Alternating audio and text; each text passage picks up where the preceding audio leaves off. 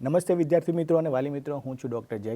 ફરી એકવાર પોડકાસ્ટમાં આપનું સ્વાગત છે. આજે આપની સમક્ષ અને આપણી સાથે જોડાયેલા છે ડૉક્ટર હર્ષિલ શાહ સર, જે એક સાયકેટ્રિસ્ટ છે, અને આ વિશે આપણે વાત આગળ કરીશું, એની કરિયર જર્ની વિશે, અને જે પણ પ્રોબ્લેમ બાળકોને આવી રહ્યા છે જ્યારે સ્ટડી કરતા હોય ત્યારે, કે અત્યારે જોવા મળતા પ્રોબ્લેમ જે બાળકોની માનસિક કન્ડિશન ઉપર કે એના માનસિક સ્ટ્રેસ જે આવી રહ્યો છે એના ઉપર જે વાત કરવાના છે. તો એના વિશે આખો પોડકાસ્ટ આજે તમારી સામે સમક્ષ લઈને આવી રહ્યા છે, તો તમે અંત સુધી જોડાયેલા રહો. તો શરૂઆતમાં આપણે હર્ષિલ સરને વાત કરીશું કે એમની કરિયર જર્ની કેવી રહી. તો શરૂઆતમાં સર, આપનું જે પ્રાઇમરી એજ્યુકેશન હતું અને પછી તમે એઝ અ ડૉક્ટર બન્યા ત્યાં સુધીની તમારી કરિયર જર્ની કેવી રહી? Yes, so first of all thanks a lot four welcoming me, doctor જય. અને કરિયર જર્ની વિશે અગર વાત કરીએ તો બેઝિકલી મેં મારું સ્કૂલિંગ કર્યું એશિયા ઇંગ્લિશ સ્કૂલમાંથી. એશિયામાં મેં બેઝિકલી 12th સુધી કમ્પ્લીટ ત્યાં જ મેં મારું એજ્યુકેશન કર્યું છે.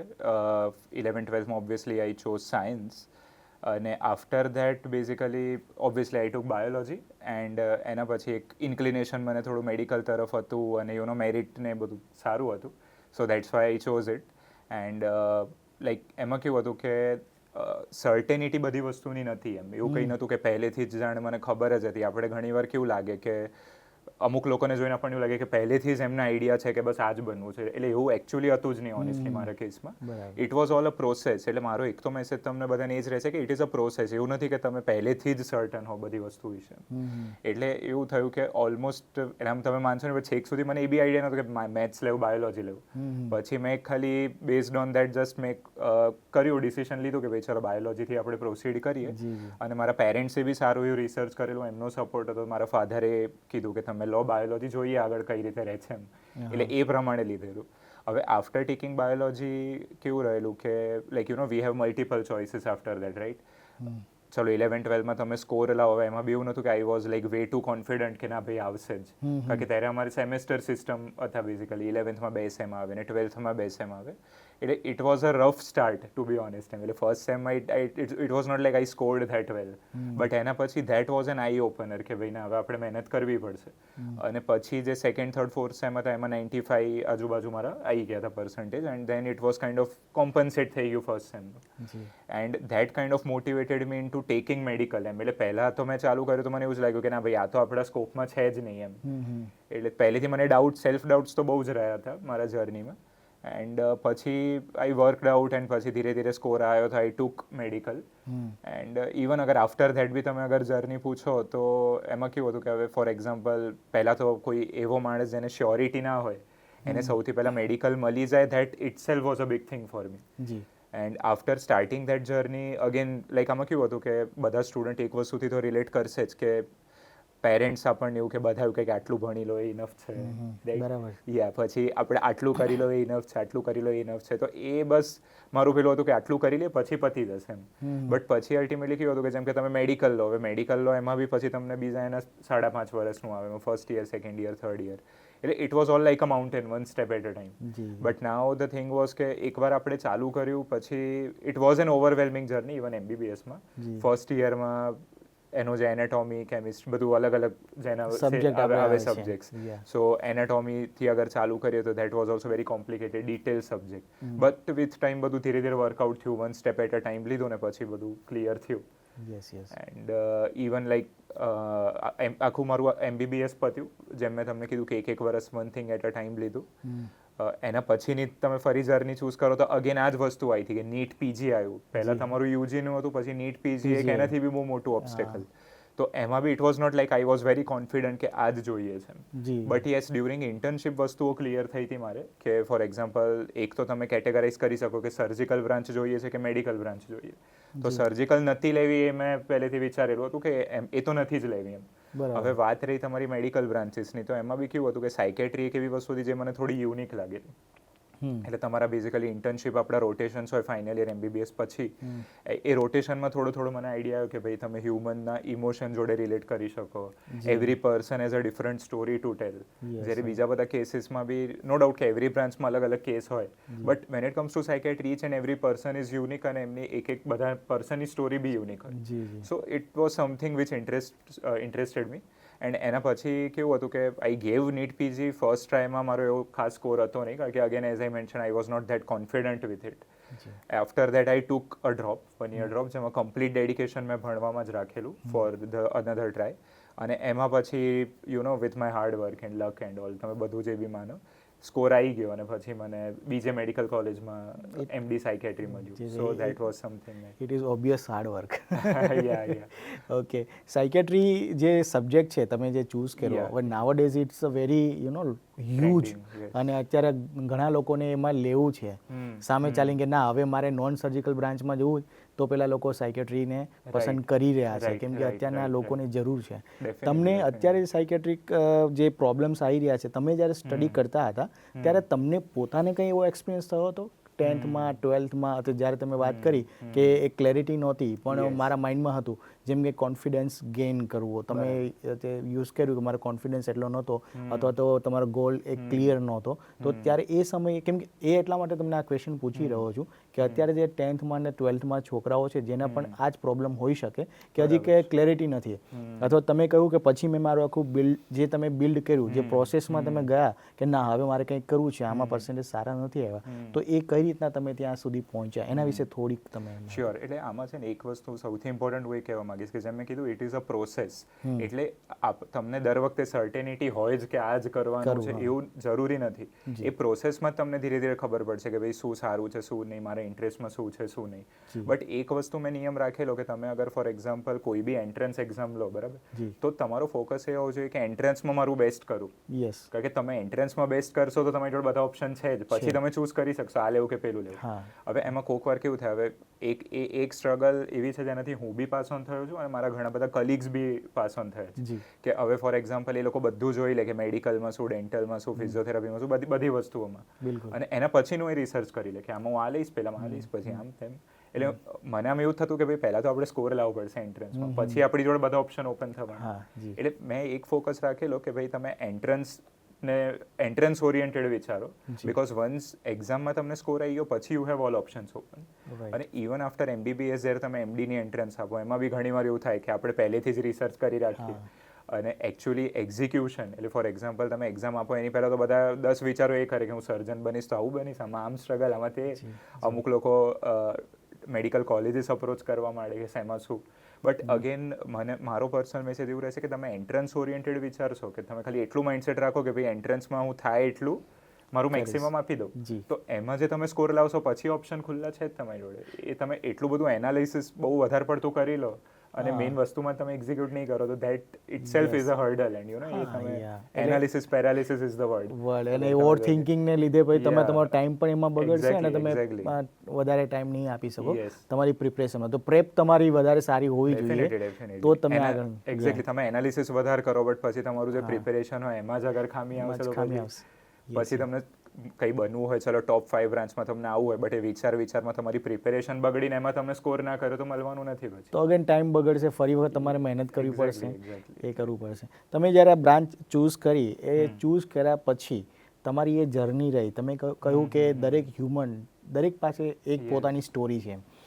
નાવડેઝ લોકો છે ને એક ઇમોશન્સને સમજી રહ્યા છે અને જે વર્ડ અત્યારે બધા માર્કેટમાં ફરી રહ્યો છે એ ઇમોશનલ, એટલે કે ઇમોશનલ ઇન્ટેલિજન્ટ, બરાબર. તો EI એનો હવે જેમ આપણે AI કહીએ છીએ એ રીતના EI પણ એક આપણા સાયકેટ્રી ફિલ્ડમાં એક વર્ડ છે, રાઈટ. દરેકના ઇમોશન્સ અલગ અલગ હોય, એના ઉપર કંટ્રોલ રહેવો એ પણ જરૂરી છે. એ કંટ્રોલની બહાર જાય એટલે તમારી પાસે આવવું પડે. બિલકુલ બિલકુલ. તો આ જે ઇમોશન્સ છે એની થોડી વાત આપણે કરીએ કે એક કેવા પ્રકારના ઇમોશન્સ હોય છે, ખાસ કરીને બાળકોમાં કેવા ઇમોશન્સ જોવા મળતા હોય. પરફેક્ટ.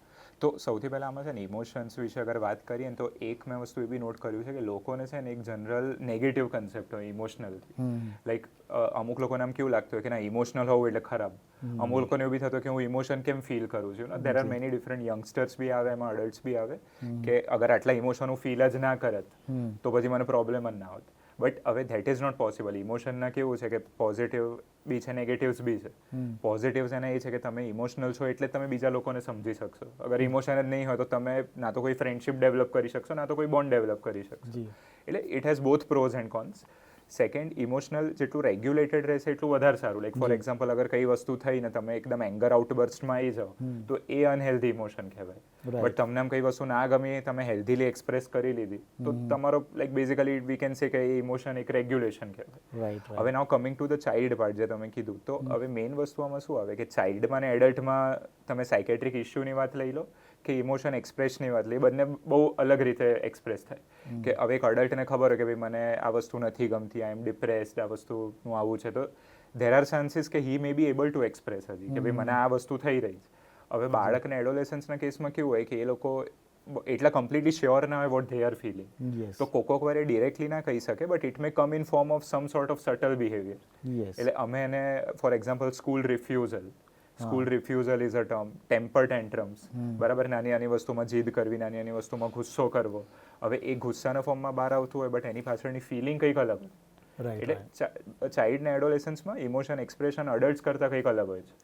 અને એમાં જેમ મેં તમને કીધું બીજા બી અલગ અલગ લક્ષણો આવે, જેમ કે ફોર એક્ઝામ્પલ સોશિયલ આઇસોલેશન, અગર મિત્રોથી થોડા અલગ થઈ જવું, પેરેન્ટ્સ જોડે બહુ કમ્યુનિકેટ ના કરવું, સ્કૂલમાં ના જવું, એકેડેમિક સ્કોર્સ તમારા ડિક્લાઇન હોવા. એટલે બહારથી આપણને આ બધું વસ્તુ દેખાતી હોય બટ એની પાછળના ઇમોશન્સ કદાચ ચાઇલ્ડ એડોલેસન્સમાં વેરી કરી શકે.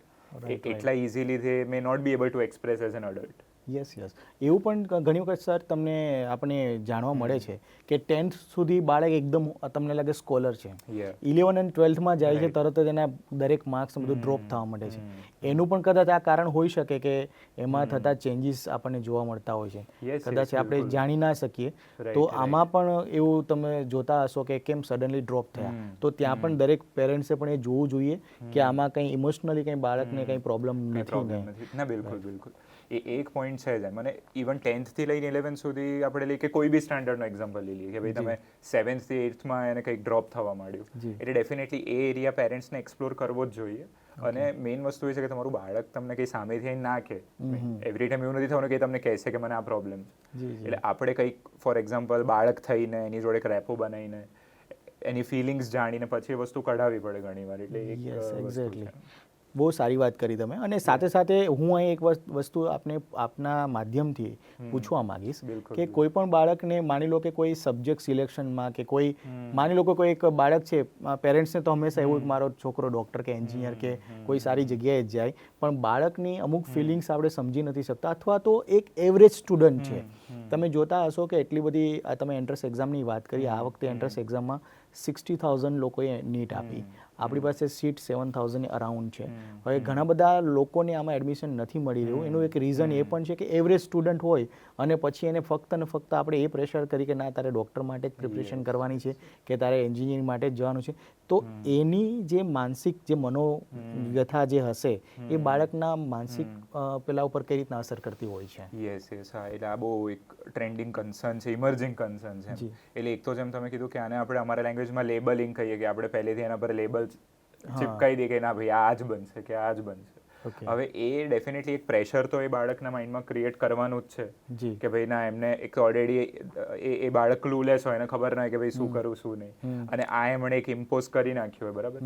એટલે એ ડેફિનેટલી એમને પ્રોબ્લેમેટિક થવાનું જ છે. કારણ કે ઘણી વારમાં કેવું થાય કે જેમ તમે કીધું કે કદાચ એ એરિયામાં એવરેજ હોય બટ એના ટેલેન્ટ કોઈ બીજી જગ્યાએ હોઈ શકે કે ભાઈ એને કદાચ આર્કિટેક્ટ કે સ્ટ્રક્ચરલમાં કંઈક વસ્તુ છે, આર્ટિસ્ટિક એની કંઈ ક્રિએટિવિટીમાં વધારે આગળ જતો હોય, તો એમાં એ એવરેજ ના બી હોય. બટ જ્યારે આવા કોઈ લેબલ્સ ઇમ્પોઝ કરવામાં આવે તો ડેફિનેટલી પછી કેવું થાય કે અગર એને ના ગમતું એને કરવું પડે તો એ અલગ અલગ ટાઈપના ઇશ્યુઝ એનામાં પેદા થવાના જ છે. લાઈક ફોર એક્ઝામ્પલ જેમ મેં તમને હમણાં જ કીધું સ્કૂલ રિફ્યુઝલ કે કોલેજ રિફ્યુઝલ, તમે માની લો કે ભાઈ અગર એ બાળક કે એ એડોલેસન્સ તમે માની લો કે એને જવું જ નથી ગમતું, એને એ સબ્જેક્ટ નહીં ગમતું, તે જવાનો જ નથી. પછી હવે ફોર એક્ઝામ્પલ પેરેન્ટ્સ અગર એમને એવું કહે છે કે તું તમે કેમ નહીં જતા, કેમ તું જતો નથી સ્કૂલે કે કોલેજ, તો ઓબ્વિયસલી એને એ જ કહેશે કે ભાઈ મને જ્યારે ગમતું જ નથી આ બ્રાન્ચ, તો પછી જવાનો શું મતલબ એમ. એટલે એક ઇનડાયરેક્ટ પ્રેશર ક્રિએટ કરે, અને ના ગમે તો સ્કૂલ રિફ્યુઝલ બહુ વધારે કોમન છે, કોલેજ રિફ્યુઝલ ઇઝ વેરી કોમન, જેમાં ના જાય, બંક મારે, કે પછી કોઈ બીજા જ પાર્ટે ચડી જાય, like substance use, smoking addiction, that is also one concern. અને બીજી વસ્તુ આમાં કેવું થાય, બીજી વસ્તુ મને એ બી પોઈન્ટ આઉટ કરવી છે કે ઘણીવાર એડલ્ટ્સને કેવું હોય કે એ લોકો બાળકના જે ઇશ્યુઝ હોય ને એને આમ સાવ અંડરમાઇન કરી દે. અંડરમાઇન એટલે કે આવું બધું તો થાય એમ. હવે એક કદાચ 15 વર્ષનો છોકરો એના મમ્મી પપ્પાને એવું કહે છે કે મારા લાઈક સ્કૂલમાં મારું મજાક ઉડાવવામાં આવે છે કે બુલિંગ કરવામાં આવે છે, જે અગેન એક ઇમર્જિંગ કન્સર્ન છે. રાઈટ તો હવે અગર તમે એને સાવ શટ ઓફ કરી દેશો કે આવું તો થાય છે, હજી તો આમ છે તેમ છે, તો એમાં કેવું થાય કે એના જે મેઇન પ્રોબ્લેમ છે એને તમે અંડરમાઇન કરી દે. યસ હવે એ એડલ્ટ હોય એ એડલ્ટના લેન્સથી જોતું એટલે એના માટે એ એડલ્ટ વેલ ગ્રોન માણસ માટે તો એ વસ્તુ નાની જ છે. યસ બટ તમને એ વિચારવાનું કે તમે બાળક થઈને જુઓ કે અગર તમે એના એજના હો તો તમારા માટે એ કન્સર્ન બી બહુ મોટો કન્સર્ન. એટલે in order to relate with a child you need to be a child. Yes તો જ તમે એના ઇશ્યુ સમજી શકો. તમે એડલ્ટના લેન્સથી તમે જોશો કે આ બધું તો થાય but for a child that is a big concern એમ. યસ બહુ સારી વાત કરી સર તમે. Yes, તમે yes, કહ્યું yes. હમણાં જે શબ્દ યુઝ કર્યો ને બુલિંગ, અત્યારે આપણે એવું માનીએ છીએ કે બુલિંગ ખાલી સ્કૂલમાં થાય છે, પણ સર અત્યારે આજકાલ જોવા મળે છે દરેક ઘરમાં. સૌથી પહેલા જો બાળકનું બોલિંગ કરતા હોય તેના પેરેન્ટ્સ છે. એ અલગ અલગ રીતે એને ખબર નથી કે હું આનું બોલિંગ કરી રહ્યો છું, પણ જો બાળકની જગ્યાએ તમે જે વસ્તુ કીધી એકદમ બહુ જ સારી કરી કે પોતે બાળક બનવું પડશે. જો તમારે બાળકનું મન જે એની માનસિકતા તમારે એના માઇન્ડસેટ સમજવો હશે તો તમારે બાળક બનવું પડશે. તો સર આ જે તમે કહ્યું ને એટલા બધા સિમ્ટમ્સ આપણે જોવા મળતા હોય છે, છતાં પણ પછી જે આવે છે ઇમોશન્સ બધા જે આવે છે એ બધા એંગર મેનેજમેન્ટ સુધી લોકોને જવું પડતું હોય છે. ઘણી વખતે આપણે એવું પણ જાણવા મળે છે કે બાળક પેરેન્ટ્સ અને બાળક વચ્ચે પણ પ્રોબ્લેમ થયા છે અને ઘણા બધા ઇશ્યુઝ ઘરમાં પણ ચાલતા હોય છે. ઘણા લોકો પોતાના બજેટની બહાર જઈને પણ ખર્ચ કરતા હોય છે એજ્યુકેશનમાં, અને એ પણ આવી એવી જગ્યાએ કે જ્યાં ખરેખર એ રોંગ ડિરેક્શનમાં જવું જ ના જોઈએ. તો અહીંયા આપના માધ્યમથી એ જાણવા મળ્યું કે બાળકને જે ગમતી વસ્તુ છે, એમાં જે સ્કિલ છે, એમાં ટેલેન્ટ છે, એમાં વધારે ધ્યાન આપવું જોઈએ, નહીં કે પછી એને પ્રેશર કરીને કોઈ એક દિશામાં ધકેલવો જોઈએ. એક્ઝેક્ટલી. અને આમાં જે તમે વસ્તુ હાઇલાઇટ કરી કે એ આડા પાટે જાય, હવે એમાં સુસાઇડાલિટી સુધી બી જઈ શકે, જે અગેન એક બહુ મોટો પ્રોબ્લેમ. હવે પેરેન્ટ્સને કદાચ એ ઝોન સુધી એ લોકો આવે જ નહીં કે ભાઈ આણે કેમ કર્યું, બટ અગેન મેઇન રીઝન જ એ હતો કે તમે એમને સમજી ના શક્યા, તમે જે એમના ટેલેન્ટ તરફ જે એમને ડાયરેક્ટ કરવું જોઈએ ત્યાં તમે ના કરી શક્યા, અને આપણા જ પ્રેશરો આપણે એમની ઉપર મૂકતા રહે કે ભાઈ આ જ કરો આ જ કરો. હા, અને પેરેન્ટ્સ પણ સેલ્ફ અવેર નહોતા કે હું આજે પ્રેશર કરી રહ્યો છું છે કે નહીં. એટલે અત્યારે દરેક જગ્યાએ દરેક સ્કૂલમાં અથવા તો દરેક પેરેન્ટ્સને પોતાના બાળક માટે એક પ્રાઇમરી કાઉન્સેલિંગ પણ કરાવી લેવું જોઈએ કે નહીં. આ એક વસ્તુ એક નોર્મલ છે.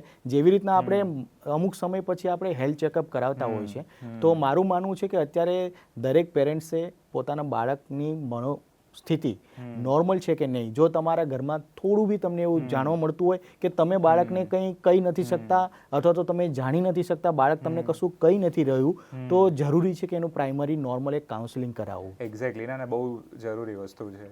અને બીજી વસ્તુ આમાં એ બી છે કે આપણે એવું બી નથી કે દર વખતે આપણે પેરેન્ટ્સને જ બ્લેમ કરીએ. કદાચ પેરેન્ટ્સ એ રીતે કહેતા હોય કે ભાઈ બાળકનું ફ્યુચર સારું થાય, એટલે at times it's not like parents are only at fault or the children are at fault, but એક કેવું અન્ડરસ્ટેન્ડિંગની વસ્તુ છે કે તમને બાળકનું સારું ફ્યુચર જોઈએ, બટ એ પ્રોપર ડિરેક્શનમાં તમે જો એને રાખશો તો એ વધારે બેટર રહેશે. અને કાઉન્સિલિંગને જે તમે વસ્તુ કીધી એને એટલે આપણે અમારા લેંગ્વેજમાં સ્ક્રીનિંગ બી કહેવાય. સ્ક્રીનિંગ એનો મતલબ શું છે કે ખાલી આપણે જોઈએ છે કે કઈ તકલીફ છે કે નહીં. એટલે તમે અગર બાળકને સાયકોલોજિસ્ટ, સાયકેટ્રિસ્ટ કોઈ બી પ્રોફેશનલ જોડે લઈ જાઓ છો તો પહેલેથી એવું મગજમાં પેલું લેબલ ના રાખો કે ભાઈ એને તો કઈ પાગલ થોડી છે કે એને લઈ જવું. કે એક બહુ મોટું સ્ટિગ્મા છે જે બધાને થતું હોય જ્યારે સાયકેટ્રિસ્ટને બતાવીએ એની પહેલા. એટલે એટલીસ્ટ તમે ઓપન માઇન્ડથી જાઓ કે ભાઈ કઈ ઇશ્યુ હશે તો ખબર પડશે, નહીં હોય તો નહીં હોય. ઇટ્સ નોટ લાઈક કે તમે આવશો એટલે આપણે લેબલ જ કરી દઈશું કે ભાઈ આને આ જ છે કે તે જ. તમે ખાલી ઓપન માઇન્ડથી જાઓ કે કઈ પ્રોબ્લેમ છે તો જાણવા મળે. મોટા ભાગે નહીં હોય તો કહેશે ડોક્ટર કે જે બી પ્રોફેશનલ તમને કહેશે કે ભાઈ કશું નથી, પ્રિવેન્શન તમને મળશે કે આવું થાય છે તો definitely prevention is better than cure. જવામાં કઈ ઇશ્યુ છે નહીં. Right, exactly. તો સર આપણે અહીંયા થોડીક વાત એ પણ કરીએ કે આ જે બાળકો હોય છે 12th સ્ટાન્ડર્ડ સુધીના, અને પછી એ પણ કરીએ કે જે યુનિવર્સિટી લેવલમાં જે જતા હોય છે, તો એમાં પ્રાઇમરી તમને આમાં જે તમારી પાસે જે કેસીસ આવતા હોય છે એમાં કેવા ઇશ્યુઝ જોવા મળતા હોય છે? Yes, it's a good question. આમાં કેવું છે કે હું અલગ અલગ સ્પેક્ટ્રમમાં ડિવાઈડ કરવા માંગીશ આને. યસ. કે એક ફોર એક્ઝામ્પલ મેજર સ્પેક્ટ્રમ થઈ ગયું તમારું એકેડેમિક સ્ટ્રેસ, જેની આપણે વાત કરી છે કે હાઈલી કોમ્પિટિટિવ એન્વાયરમેન્ટ. પહેલા તો એ બાળક જે હવે ફોર એક્ઝામ્પલ મેં તો એવું જોયું છે કે તમે કેટલા બી સ્માર્ટ હો ને, તમે જ્યારે 11th 12th કે નીટ કે આ બધી કોમ્પિટિટિવ એક્ઝામમાં આવો તો તમને એ જ ફીલ કરવામાં આવે કે ભાઈ તમે કશું નથી, ઇવન તમે જે બી હો. બિકોઝ એટલું કોમ્પિટિટિવ આજકાલ થઈ ગયું છે કે લોકો પહેલેથી જ ચાલુ કરી દે ભણવાનું. રાઈટ. કે ના મને બસ આ MBBSમાં કરવું છે, PGમાં કરવું છે, એટલે નીટની પ્રિપેરેશન પહેલેથી જ ચાલુ કરી દો. એટલે whatever you do it is not enough. એ એક ફિલિંગ તમને ક્યાંક ને ક્યાંક સબકોન્શિયસલી મેં બી ફીલ કરી દેમ કે આપણે આપણું બધું આપી દઈએ તોય કોક તો સારું છે જ ભાઈ, બધા સારા તો છે જ. એટલે એક હાઈલી કોમ્પિટિટિવ એન્વાયરમેન્ટ છે, એક બહુ મેજર રીઝન બનતું હોય છે સ્ટ્રેસનું.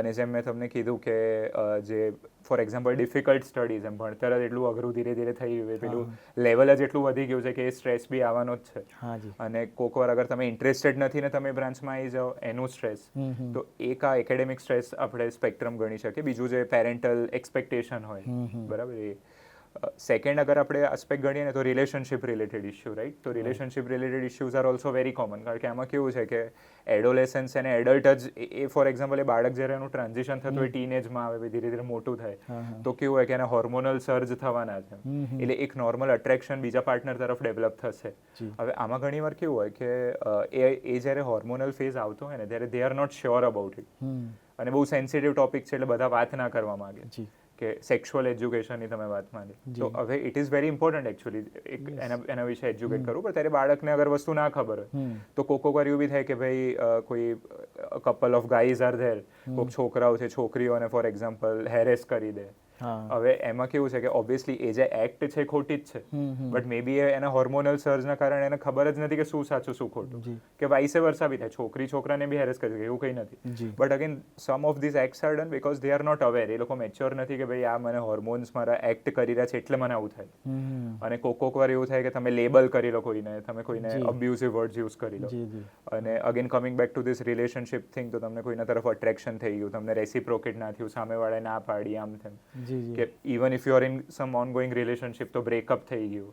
એટલે એક આ રિલેશનશિપ રિલેટેડ જે એરિયા છે એ બી એક બહુ મેજર એરિયા છે જેના બહુ જ કેસ આવતા હોય છે. અને ઘણી વાર એવું થાય કે પેરેન્ટ્સને ના ખબર હોય, આ કઈ બધી વસ્તુઓ બાળક એમનું જે ચાઇલ્ડ હોય ના જ કહેતું હોય, એમ આ બધા એરિયાઝ જ એવા છે કે જે એટલા ઇઝીલી એ લોકો વાત ના કરે, એટલે એક આ સ્પેક્ટ્રમ થઈ ગયું. અને બાકી પછી again substance use, smoking, alcohol, tobacco, આ બધું જે અલગ ટાઈપનું છે. ફોર્થ એડિક્શનમાં જઈએ તો સ્ક્રીન એડિક્શન, રાઈટ? તો એ one of the major emerging concern છે જ. તો એક છે. એટલે આપના કહેવા પ્રમાણે જો બાળકને એક એવું પણ કહી શકીએ કે આપણે સ્ક્રીનિંગ જે તમે વાત કરી, માની લો કે સ્ક્રીનિંગ માટે પણ આપણી પાસે આવે છે બાળક, ત્યારે આપણે સ્ક્રીનિંગ કરીને પણ કહી શકીએ અને એને એજ્યુકેટ પણ કરી શકીએ ઇન ધ સેન્સ કે તમારે એટલે આ વસ્તુ છે પણ એટલી વસ્તુ ધ્યાન આપશો તો તમને પ્રોબ્લેમ નહીં આવે. બીજું તમે જે વાત કરી ને કે આ બધી વસ્તુ હોવાની શક્યતા છે, આ પ્રાઇમરી વસ્તુ છે, તો એને એક આઉટલેટ પણ ના મળતું હોય કે મારે કોને વાત કરવી, અને એ એવા લોકો પાસે જાય કે એના ફ્રેન્ડ સર્કલ પાસે બહુ તો એના ફ્રેન્ડ, અને એ પાછા કેવી વાત કરવાના છે, બધા સારા નથી હોતા, કેવું સર્કલ એને મળ્યું છે, એમાં મેચ્યોરિટી લેવલ પણ એને ખ્યાલ ના હોય, એને પોતાને જ ખબર ન હોય કે બીજાને શું ગાઈડ કરવું છે. અને સૌથી વધારે વાત કરી સ્ક્રીનની, તમે જે વાત કરી ને, અત્યારે સ્ક્રીન ઉપર એટલા બધા લોકો છે અને એટલી બધી વસ્તુ તમને આપી રહ્યા છે કે તમને આખું તમારું એક કે ને ખોરાક ખાવા માટે આપણે ખાતા હોઈએ પણ ઓવર ઇટિંગ થાય છે, એ રીતના ઓવર સ્ટિમ્યુલેશન જે જોવા મળે છે. તો સર આ વાત પણ આપણે અહીંયા ડિસ્કસ કરવા માંગીએ છીએ કે મોબાઈલની ઇમ્પેક્ટ બાળકને કેટલા લેવલ સુધી થતી હોય છે અને એ સ્ક્રીનિંગ ટાઈમ માટે આપણે શું કરી શકીએ સર એમ? એટલે એક વસ્તુ આમાં છે કે હું અગર તમને આનું શરૂઆતથી ચાલુ કરીએ ને તો આમાં કેવું થાય કે જ્યારે બાળક નાનું હોય ને ત્યારે ફોન પકડાવવામાં આવે, અને એનો મેઇન રીઝન તમે જોયું છે ને કે એક તો કેવું, એક મોડેલિંગ કરીને એક ટર્મ હોય છે. એ મોડેલિંગનો શું મતલબ કે આપણે જે બિહેવિયર એક્ઝિક્યુટ કરીએ એ જ બાળક જોઈને કરશે. એટલે અગર તમે બાળક સામે સ્ક્રીન યુઝ કરો છો તો એ તમારાથી એ જ શીખશે. એટલે પહેલાં તો કેવું છે કે ત્યાંથી જ એની શરૂઆત થાય કે એક બાળક ધીરે ધીરે મોટું થાય, એ જો મમ્મી પપ્પા તો ફોન પર છે તો ભાઈ ચલો ને આપણે એક્સપ્લોર કરીએ કે આ શું છે, એનાથી એને ફોનની ક્યુરિયોસિટી જાગે. બીજી વસ્તુ કેવું હોય કે જે મેં તમને એક વર્ડ યુઝ કર્યો, ટેમ્પર ટેન્ટ્રમ્સ, કે કોક વાર ગુસ્સો કરે તો ચલો ફોન પકડાઈ દઈએ, એ બી બહુ એક કોમન રીઝન હોય છે કે હવે બાળક બહુ સીન ના ક્રિએટ કરે કે બહુ ગુસ્સે ના થાય તો ફોન આપી દઈએ, સૌથી નાનો શોર્ટકટ, સૌથી ઇઝી શોર્ટકટ, ફોન યુઝ કરશે બેઠો બેઠો એટલે બધું પતી ગયું. હવે એના કારણે એ લોકોને ના ખબર કે લોંગ ટર્મમાં શું પ્રોબ્લેમ્સ થાય. શોર્ટ ટર્મમાં તો તમે એને શાંત કરી દો, બટ લોંગ ટર્મમાં એનું કન્ટેન્ટ એબ્ઝોર્બ કરે, પછી એ એડિક્ટ થાય. એટલે આ બંને બહુ મેજર સોર્સ છે. એક મોડેલિંગ કે તમે અગર ફોન યુઝ કરો તો બાળક સામે એ તમને જોઈને શીખશે. બીજી વસ્તુ, જ્યારે આવું ગુસ્સો થાય ત્યારે તમે ફોન પકડાઈ દો તો એ એક બીજો સોર્સ. હવે ધીરે ધીરે કેવું થાય કે ફોનની જેમ હેબિટ થતી જાય તો તમને ખ્યાલ જ છે કે ફોન કેવી વસ્તુ છે, એનું જે સોશિયલ મીડિયા તમે માની લો, ગેમ્સ માની લો, તો it is programmed to hook us. કે તમે કોઈ રીલ્સનો એક્ઝામ્પલ લો કે કોઈ ગેમનો એક્ઝામ્પલ, રીલ એ લોકોએ બનાવી કેમ છે 1 મિનિટની કે 30 સેકન્ડની, કારણ કે ખબર આપણું અટેન્શન એટલું જ છે. તો હવે એ પતશે પછી તમને ફોર એક્ઝામ્પલ બીજું આપશે કે ભાઈ હવે આના પછી યુટ્યુબ શોર્ટ્સ તમે લઈ લો, ઇન્સ્ટાની રીલ્સ લઈ લો, તો એ બહુ ઇઝી રીચમાં છે. લાઈક તમે સ્વાઇપ કરશો તો એ તમને બહુ એવું સ્ટ્રેન નથી લાગવાનો બદલવા માટે. જી. એટલે તરત તમે એમાં હુકડ જ રહેવાના. હમ. અને બધી રીલ્સમાં they use specific type of hooks. એટલે હુક્સ એટલે એ જ વસ્તુ કે એ જોઈને જ આપણે ક્લિક કરી દઈશું જી જી કે અગર 5 પોઈન્ટ તમને કહેવાના છે તો 5th પોઈન્ટ સુધી તમે વેઇટ કરો તો તમને એક સિક્રેટ મળશે એવું ને. તો હા, right. એ જોઈને તમે 5th પોઈન્ટ સુધી તો પહોંચશો જ. હા. એટલે આ બધા અમુક સ્ટ્રેટેજી બધા યુઝ કરે જ છે જેનાથી આપણે હુક્ડ રહીએ. અને લાઈક જેમ મેં તમને કીધું કે સોર્સ કે ઓરિજિન કઈ રીતે એડિક્શનનું થાય બાળકના કેસમાં ફોનમાં, અને આ બધી વસ્તુઓ અને સેમ વસ્તુ ગેમમાં લાગુ પડે કે તમે એક લેવલ પાર કરો એટલે તમને કંઈક મળે. વચ્ચે પબજી ગેમનું બહુ ક્રેઝ હતું તો તમે એ કરો એટલે તમને ચિકન ડિનર મળે. એટલે પછી એ જે બી એડોલેસન્સ હોય કે એડલ્ટ હોય એ જોયેલે એને લાગે કે ના હું આટલું કરું. યસ એટલે there is this neurotransmitter called dopamine. જી. તો ડોપામિન કિક એના કારણે વધતી જ. હવે ડોપામિન જેટલું વધે તમારું પ્લેઝર વધે એટલે પાછું તમે એડિક્ટ રહો એમાં. જી જી એટલે આ બધી એવી બધી વસ્તુઓ છે જેનાથી એડિક્ટ થવાના ચાન્સ વધી જાય. Yes yes again one of the important thing is કે તમે અગર ડિપ્રેસ્ડ કે સ્ટ્રેસ્ડ હશો તો બી automatically you will use it as a coping mechanism. Yes એટલે આમ તમને કરવું છે એવું નથી બટ બીજું કંઈ છે જ નહીં તમારા માટે કરવા માટે. તમને ઓવર થિંકિંગ થાય, ટેન્શન થાય એટલે ચલો ને ફોન લઈને આપણે ટાઈમ પાસ કરીએ. Yes yes that is again one thing by which you get addicted. અને નાવ કમિંગ કે સ્ક્રીનનો ઇમ્પેક્ટ એક ચાઇલ્ડના કે એના અડલ્ટના બ્રેનમાં કઈ રીતે થાય. જી. તો એક તો કઈ રીતે થાય કે ફોર એક્ઝામ્પલ ટાઈમ વેસ્ટ. બરાબર. હા. ટાઈમ તમારો બગડશે તો તમે જે એકેડેમિક્સમાં ટાઈમ આપવાના હતા એ નહીં આપી શકો. તમારું કરિયર બગડશે. જી કારણ કે બધા જોડે લિમિટેડ ટાઈમ છે કે ભાઈ આટલો ટાઈમ હા. તમારી જોડે છે એમાં તમારે વાંચવાનું છે. જી એમાંથી અડધો ટાઈમ તમે ફોન પર આવી તમે ઓટોમેટિકલી પાછળ થઈ ગયા. એકેડેમિક્સ તો તમારું કોમ્પ્રોમાઇઝ થાય જ જી છે. બિલકુલ બીજી વસ્તુ તમારી વિઝન કોમ્પ્રોમાઇઝ થાય બીકોઝ એ સ્ક્રીનમાં તમે જો કરો એટલે. જી થર્ડ વસ્તુ તમે કયા ટાઈપનું કન્ટેન્ટ એબ્ઝોર્બ કરો છો. જી આજકાલ જેમ હવે એક નાનું બાળક હોય એ કોઈ ન્યૂઝ જોઈ લે. હવે ન્યૂઝમાં કોઈ ડેથના સમાચાર છે, આવા ડિઝાસ્ટરના સમાચાર છે, કોઈ સેક્સ્યુઅલ એક્સપ્લિસિટ કન્ટેન્ટ છે, બરાબર. તો એ નેગેટિવ ઇમ્પેક્ટ એ બાળકના માઇન્ડમાં પાડશે. બિલકુલ બરાબર. અને આ બધી વસ્તુઓથી બી એન્ઝાઇટીના બધું ઇલનેસ એન્ઝાઇટી બધી અમુક પ્રોબ્લેમ્સ છે જે વધતી હોય છે એમ. જી કે અમુક કેસમાં મેં એવું જોયેલું છે કે કોઈ ડિઝીઝ વિશે એમણે જાણી લીધું. હવે એ ડિઝીઝના સિમ્ટમ્સ એને થવા માંડે એમ સાયકોલોજીકલ. કારણ કે એવું એણે વાંચી લીધું, એવું ક્યાંક જોઈ લીધું. જી બરાબર. એટલે આ બધા બહુ રીતે નેગેટિવ ઇમ્પેક્ટ મોબાઈલની તમારા માઇન્ડ પર પડી શકે એમ. અને અમુક પેલી બ્લુ વેલ ને બધી અમુક ગેમ્સ બી આવી હતી જે તમને અમુક લેવલને ટાસ્ક આપે કે આવું કરો પછી આવું કરો પછી આવું કરો. એટલે ખોટો માર્ગે જ દોરાઈ જાય આખું. એક્ઝેક્ટલી. અને પેલા બધા તો છે જ જે સ્કેમ્સ થાય ને બધા હા એ બધું તો થાય જ છે. ફેક કોલ તમને આવે કે આટલા તમે નાખો એટલે આ થશે. એટલે બધું બહુ અલગ વેરિએશનમાં it can create a negative impact. Most important sleep પર બી તમારી એક બહુ ઇન્ટેન્સલી નેગેટિવ ઇમ્પેક્ટ પાડી શકે. જી કારણ કે એમાં કેવું હોય કે રાતે અગર તમે વધારે ફોન યુઝ કરો તો એ જે બ્લુ લાઇટ હોય એનું કેવું થાય કે મિલેટોનિન કરીને કેમિકલ હોય. જી તો હવે મિલેટોનિન સ્લીપ માટે રિસ્પોન્સિબલ હોય. It is like a switch કે મિલેટોનિન રિલીઝ થાય તો તમને ઊંઘ સારી આવે. જી અને એનું ઇન્વર્સ પ્રપોર્શનલ હોય સ્ક્રીન જોડે. એટલે જેટલી તમે લાઇટ એક્સપોઝર હોય એટલું તમારું મિલેટોનિન ઓછું થાય. એટલે તમે જેટલું રાતે ફોન યુઝ કરો એટલી તમારી ઊંઘ બગડે. અને સ્પેશિયલી બાળકોના કેસમાં એક હેબિટ જ બની જાય કે પછી રાત સુધી ફોન જોવે પછી ઊંઘ જ આવે. ફોન જોતા જોતા જ ઊંઘતા હોય છે. હા ફોન જોતા જ ઊંઘ. એક્ઝેક્ટલી. યસ યસ આ બધી ઇમ્પેક્ટ તમે વાત કરી અને ખાસ કરીને બે વસ્તુને આપણે અહીંયા મેડિકલ ટર્મિનોલોજીમાં વાત થાય કે મિલેટોનિનની વાત કરી તમે અને બીજી સેકન્ડ વાત કરી ડોપામાઇન. તો અત્યારે તમને જે ઘણી રીલ્સ એવી હોય તમને હસાવે, ઘણી રીલ્સ તમે શોકમાં જતા રહો, ઘણી રીલ્સમાં તમે રડવું આવે. એટલે ઇમોશનલી બાળક બહુ ડિસ્ટર્બ જોવા મળે છે. તો આને કારણે જે રેગ્યુલેટ થવું જોઈએ ડોપામાઇન આપણા બોડી માટે જે હોવું જોઈએ એકચ્યુઅલમાં જે રમતગમતમાં જે જોવા મળે છે કે બહાર આઉટિંગમાં મળે છે એ બધું જતું રહે ને મોબાઈલ દ્વારા એના ઇમોશનલને ડિસ્ટર્બ થાય છે. તો આ તમે સર આમાં થોડુંક હજી એવું થઈ શકે કે બાળકોને આગળ જઈને એની મેમરી ઉપર પણ ઇમ્પેક્ટ કરી શકે કે પછી એના એંગર ઉપર એના ઇમોશન્સ ઉપર એવું ઇફેક્ટ થાય? બિલકુલ. ના વેરી ગુડ ક્વેશ્ચન. એક તો આમાં કેવું છે કે જે તમે ડોપામિનની વાત કરીને હવે સૌથી પહેલાં તો એમાં એ કહીશ કે અલગ રીત હોય ડોપામિન વધારવાની. જી હવે એમાં કેવું હોય કે જે જેમ કે કોઈ બી સબસ્ટેન્સ યુઝનો એક્ઝામ્પલ લઈએ ને એડિક્શન, એ કોઈ બી એડિક્શન થઈ ગયું, સ્ક્રીન થઈ ગયું, કંઈ બી થઈ ગયું, એ છે ને તમારું ડોપામિનને હેક કરી દે. હેકનો શું મતલબ એ તરત આપણને ઉપર લઈ જાય. બટ એ ઉપર લઈ જાય કેવું હોય કે જ્યારે તમે યુઝ ના કરો તમે સીધા નીચે જાઓ. એટલે ગ્રાફ તમારું આવું હોય કે તમે કંઈક લઈ લીધું એટલે તમારું ડોપામિન એકદમ ઇન્ટેન્સ. હવે તમે નથી લેતા એટલે પાછા એટલા ડાઉન બી જાઓ. એવું નથી કે તમે નોર્મલ થઈ જાઓ. એટલે મેઇન તમને એ જ સમજવાનું છે કે કોઈ બી તમે એડિક્શન કરો છો ઇન્ક્લુડિંગ સ્ક્રીન ઓર એનીથિંગ, એ કેવું છે કે તમને ઉપર લઈ જઈને નીચે બી લઈ જશે અગર તમે યુઝ નહીં કરો. તો એક અનહેલ્ધી ડોપામિન સ્ટિમ્યુલેશન થયું. હેલ્ધી ડોપામિન સ્ટિમ્યુલેશન શેનાથી આવે? એક છે ફિઝિકલ એક્ટિવિટી, એક્સરસાઇઝ. કે અગર તમે જોગિંગ કરો છો, એક્સરસાઇઝ કરો, વર્કઆઉટ કરો, બરાબર, બીજી વસ્તુ કે તમે ડેલી રૂટીન એક બનાવો ને એ રૂટીન ટાસ્ક તમે ડેલીના ફૂલફિલ કરો છો Right. કે આટલું મારું ડેડલાઇન છે, આટલું ભણવાનું છે, મેં આટલું પતાવી દીધું, હવે ચલો હું અડધો કલાક ફોન યુઝ કરી લઉં. એટલે ડેડલાઇન તમે જ્યારે પાર કરો, સેકન્ડ એક્સરસાઇઝ કરો, તો આનાથી જે ડોપામિન સ્ટિમ્યુલેશન હોય એકદમ લેવલ પર હોય.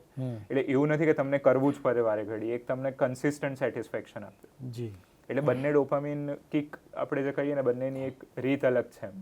જી અને બાકી જેમ તમે કીધું કે ભાઈ આપણા ઇમોશન્સને એકદમ મેનિપ્યુલેટ કરી દે, કે કોક વાર તમને સારી વસ્તુ બતાવે, કોક વાર નેગેટિવ બતાવે.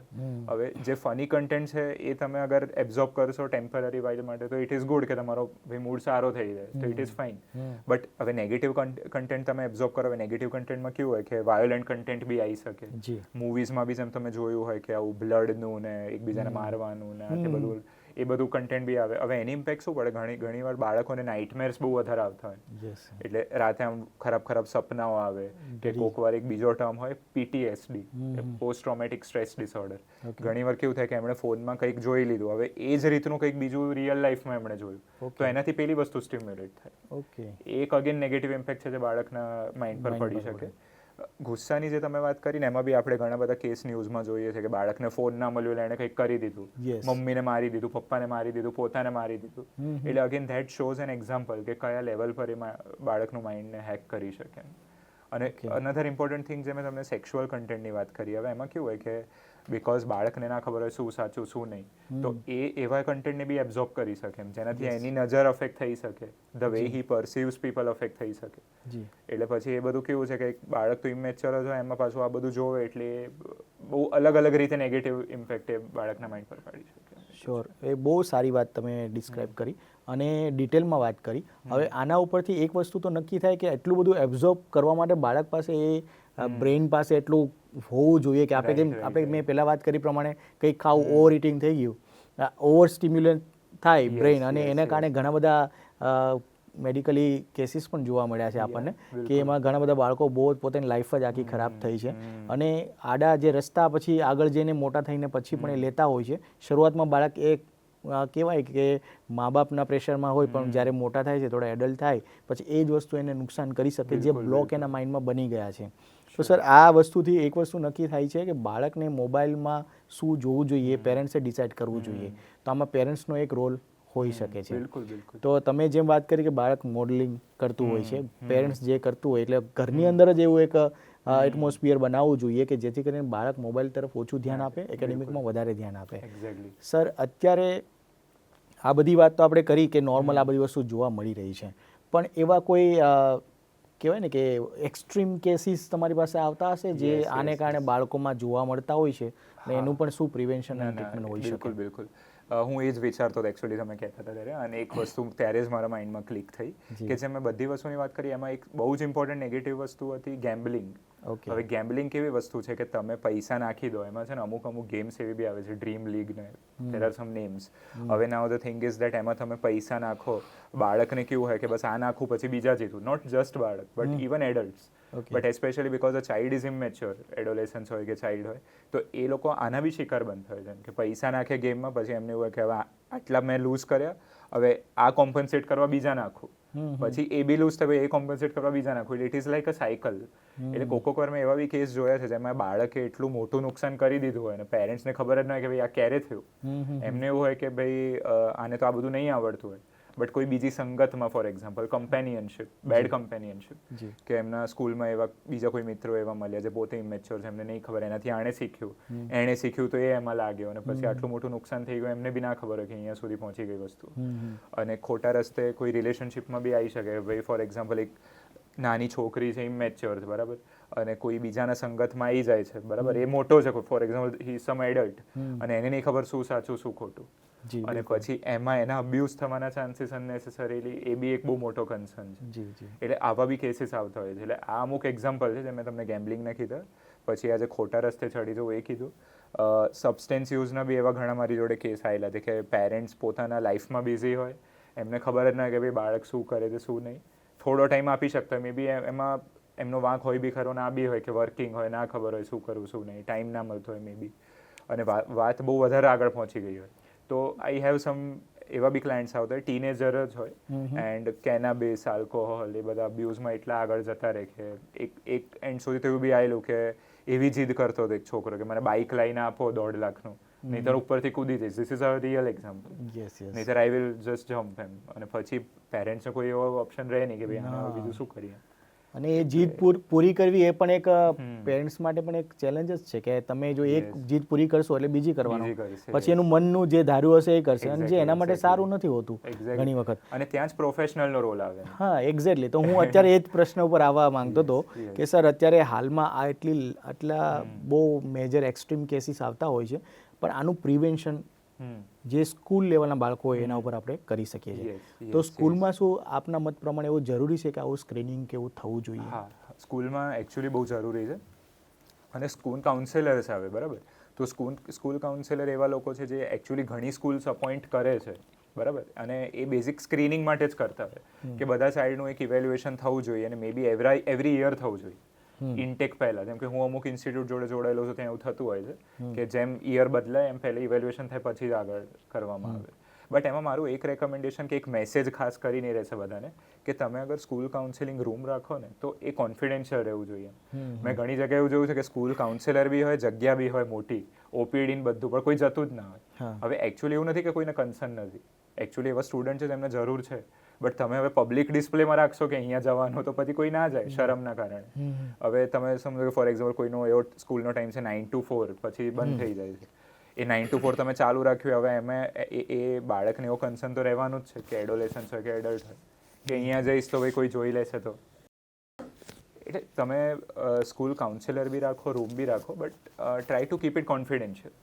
એવો અલગ રૂમ રાખો જ્યાં એમને ના ખબર કે ભાઈ આ જાય છે.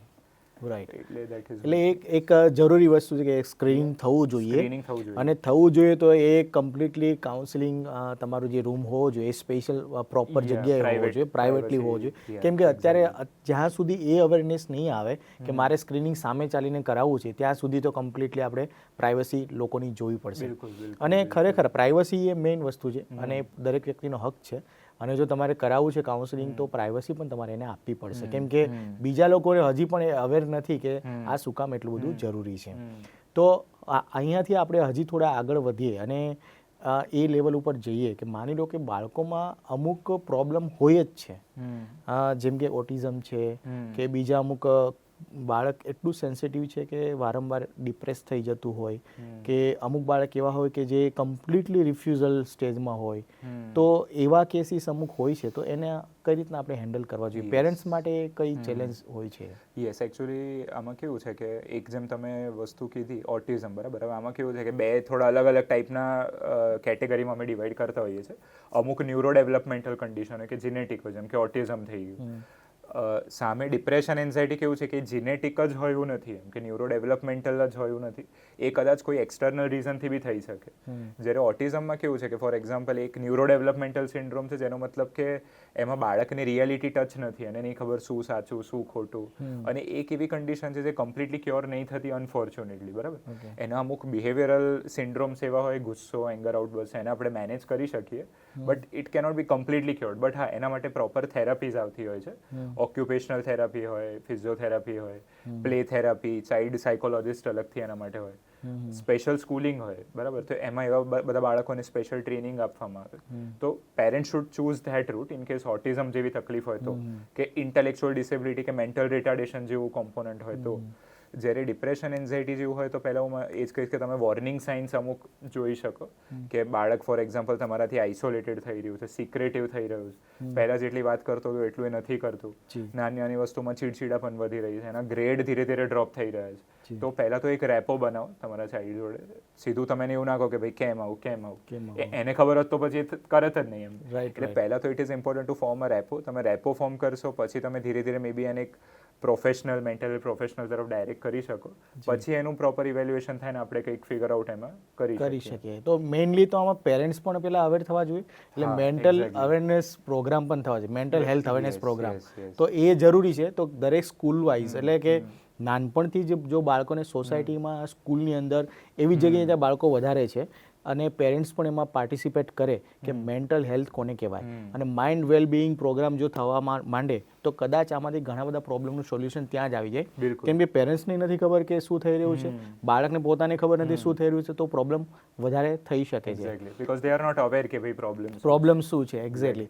સર, આના સિવાય પણ તમે તમારા મત પ્રમાણે કંઈ કહી શકતા હોય કે આમાં કઈ કઈ વસ્તુ બીજી પણ હોય છે? Yes, sure.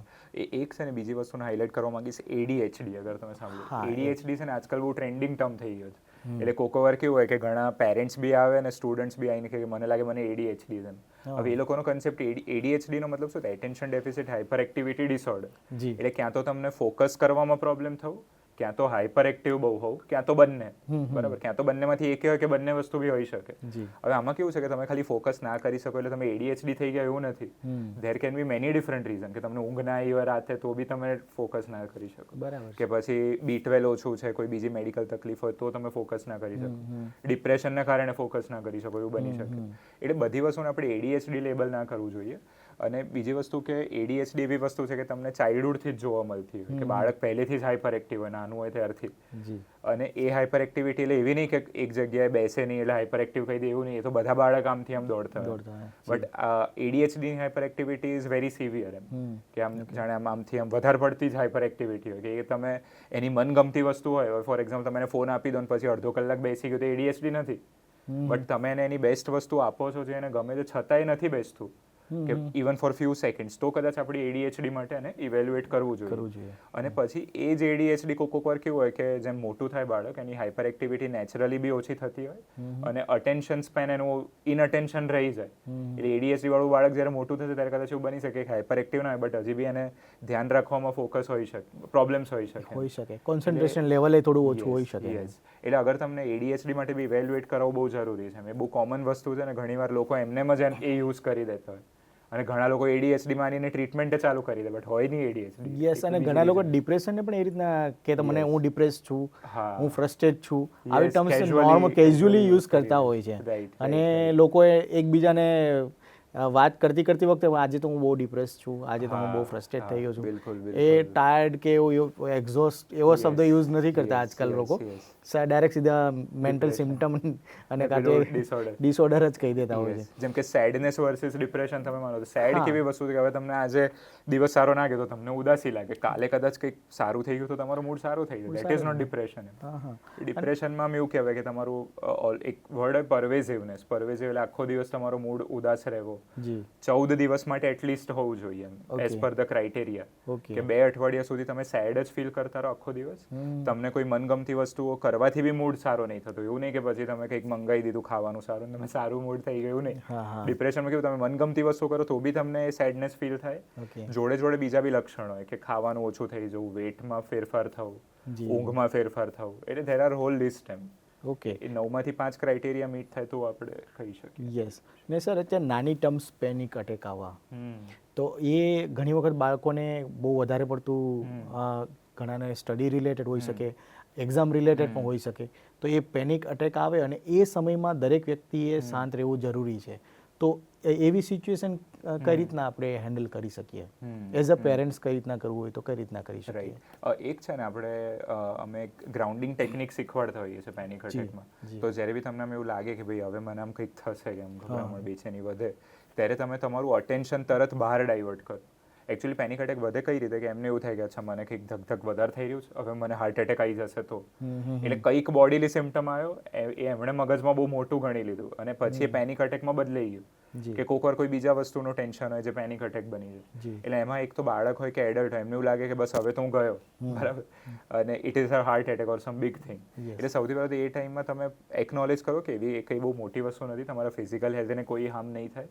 બીજી વસ્તુ તમારું ફોકસ એક્સટર્નલી શિફ્ટ કરવાનું ટ્રાય કરો. તો ગ્રાઉન્ડિંગ ટેકનિકમાં એવું હોય કે સૌથી પહેલાં તમે તમારા એન્વાયરમેન્ટમાં જુઓ ને ટ્રાય ટુ લેબલ 5 થિંગ્સ. કે તમે આજુબાજુ જોયું તો કોઈ બી 5 વસ્તુઓ જે તમને દેખાય તમે લેબલ કરો, એમ નામ બોલો મેન્ટલી કે ફોન છે, પાણીની બોટલ છે, સોફા છે. 5 વસ્તુઓ તમે લેબલ કરી પછી 4 સાઉન્ડ સાંભળવાનું ટ્રાય કરો. ઓકે.